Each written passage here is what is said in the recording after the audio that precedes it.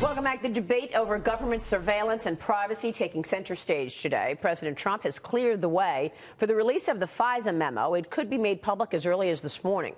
House Intel Committee Chairman Devin Nunes drafted the document, which alleges that the FBI and the Justice Department illegally spied on the Trump campaign in 2016. The memo has sparked outrage among Democrats. House Minority Leader Nancy Pelosi slammed Nunes yesterday, calling for Speaker Paul Ryan to remove him from the Intel Committee. The House Speaker said yesterday the Democrats are putting on a show.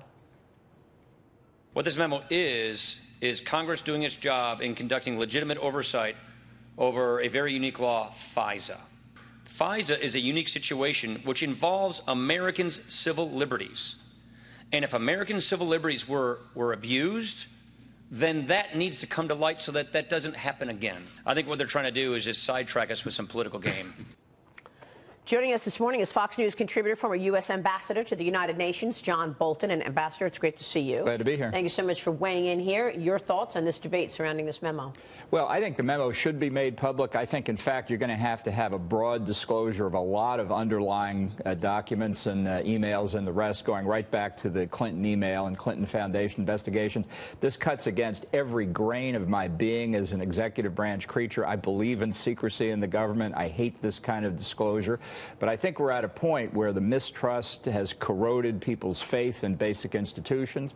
And unfortunately, the only way to cure that problem, or to try and cure that problem, is to get it all out, starting with this memo, and I'm sure there'll be more to come. You would think that both sides of the aisle want to be able to trust the FBI, want to be able to feel that they are doing their job independent of politics. And yet we see these texts, and it's impossible to feel that way. Yeah. Look, I've had a lot of experience with the FBI during my days at the Justice Department, when I was at the State Department dealing with counterintelligence matters. I have extraordinary faith in the Bureau. But what I've seen that's been disclosed publicly, the way the Clinton email investigation was handled by James Comey and his top subordinates, is unacceptable. And it pains me. We're going to suffer from this disclosure. Make no mistake about it. I just don't see any other way to repair the damage that's been done. Ambassador, there's so much anticipation around the release of this memo.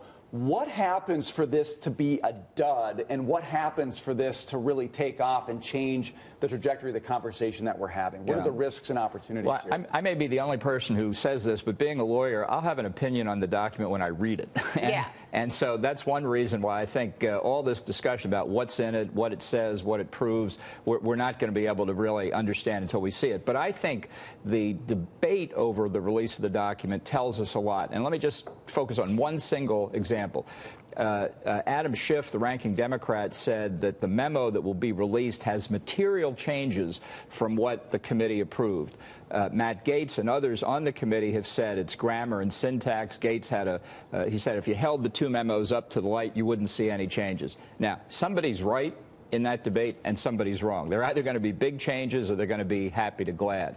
Whoever loses that debate has a real credibility problem about everything else they've said. This, to me, is the illustration why the only answer here is widespread revealing of these documents. So we've got to be careful about protecting sources and methods. But unless you get this stuff out, we're going to have sniping. We're going to have continued erosion in faith in the FBI and the Justice Department and the intelligence community, which we need to have to protect the country.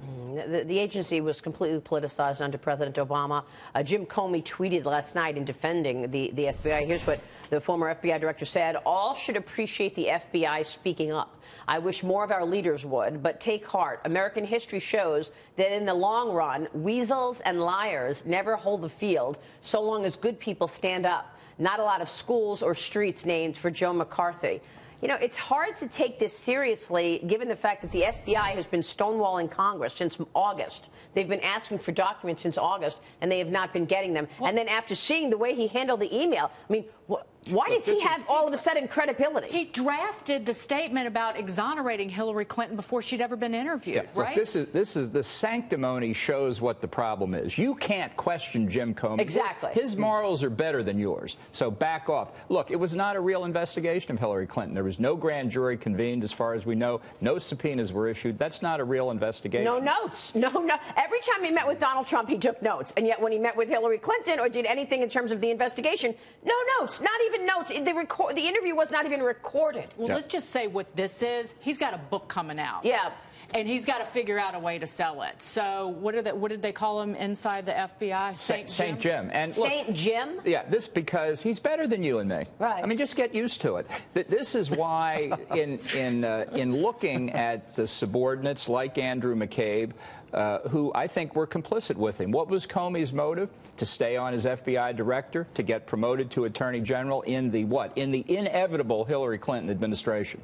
That's the backdrop. They all thought she was going to win. They thought they could do this and get away with it. Let's not forget his boss told him, don't call the criminal investigation a criminal investigation. Call it a matter. That's exactly what he did. He called it a matter. Yeah. And you know, there's so many other things here to discuss in terms of Jim Comey's behavior. So the tweeting. And let's not forget the Clinton Foundation investigation, which FBI agents in the New York field office were working on, and it was basically stopped by Washington. It sure was. All right, Ambassador, we'll be watching the developments. Thanks so much. Glad to be with you. John Bolton joining us there.